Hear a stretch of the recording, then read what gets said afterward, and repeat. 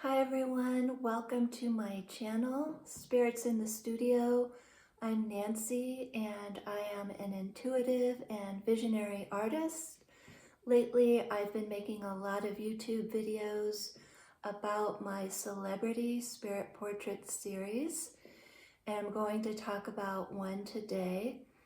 In case you're not familiar, a spirit portrait is my way of painting a portrait of someone that offers a glimpse of their higher self, surrounded by their power animals and sacred botanicals. All right, so let's dive into the spirit portrait of Frida Kahlo. Famous, fearless, nonconformist, and fraught with pain, this feminist artist of magical realism fought to tell her story and to share her vision. Alchemizing her pain into pictures, she transformed adversity into art. Tragedy could not stand in the way of her talent. Often working from hospital beds, Frida poured her soul into her paintings. Ensnared in a tumultuous and lifelong love affair, Frida had the tenacity and rebellious drive to patch her broken heart, to defy toxic masculinity, and to endure betrayal, theft, and the torture of a twisted body. The power animals and botanicals who were friends to this fighter had to show up, level up, and orchestrate not only her survival, but her arrival as an unforgettable historical figure and artist. I also, while I channeled Frida to do this portrait, I received this message from her. She said, "My essence is to march and to fight. There is so much to rail against. The modern world is crazy. I would be in an asylum if I had to live now. You have enemies crawling into every cell of your body." And I have to agree with her. During her lifetime, she was an outspoken activist against social injustice, and she supported communism.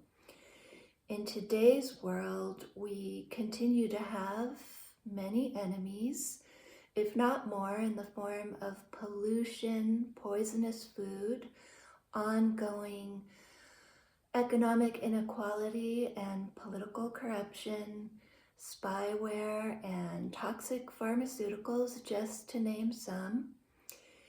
And I think in her message, Frida was referring to these modern evils. But without further ado, here is her team. Let's start with the power animals. Let's start with elephant.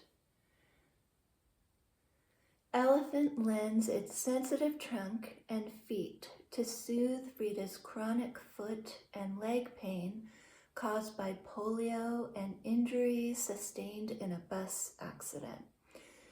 Elephant coaches her to use this sensitivity to sense the vibration of loved ones in the distance, as Elephant does.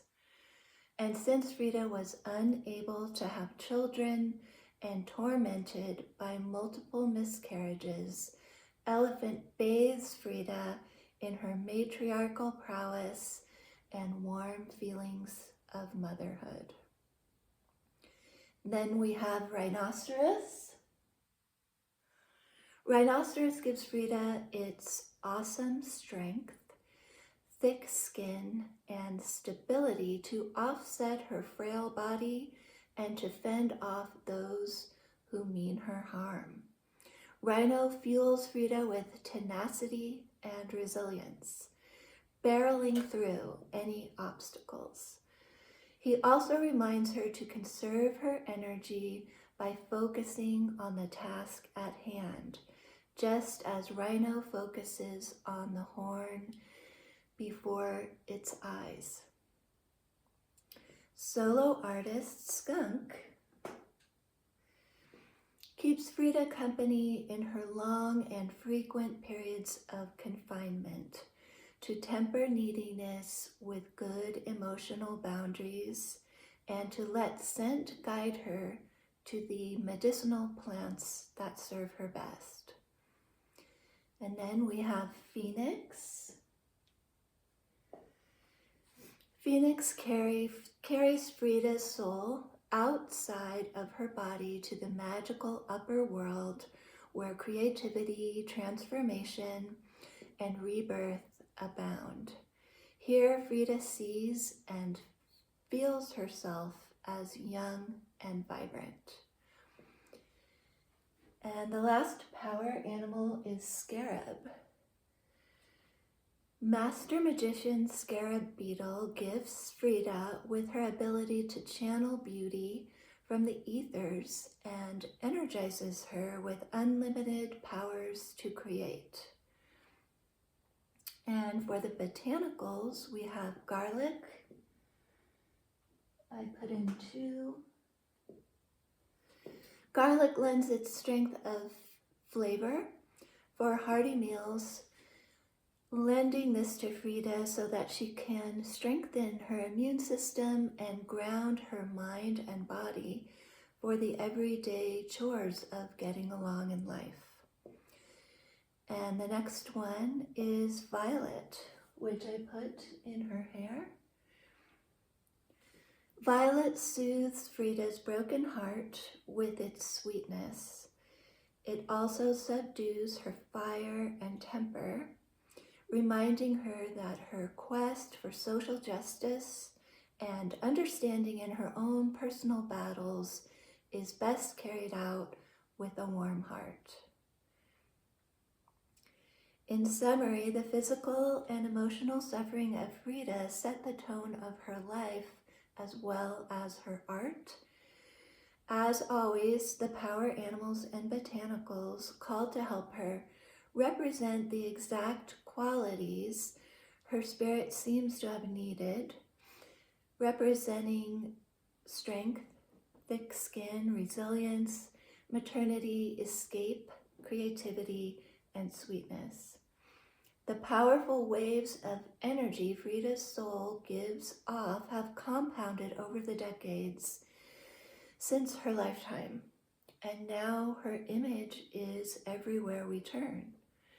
I feel a need to mention that there are and were many other embattled and pioneering artists who don't receive any attention, and if they have passed away to the other realm, they seem to have been almost completely forgotten.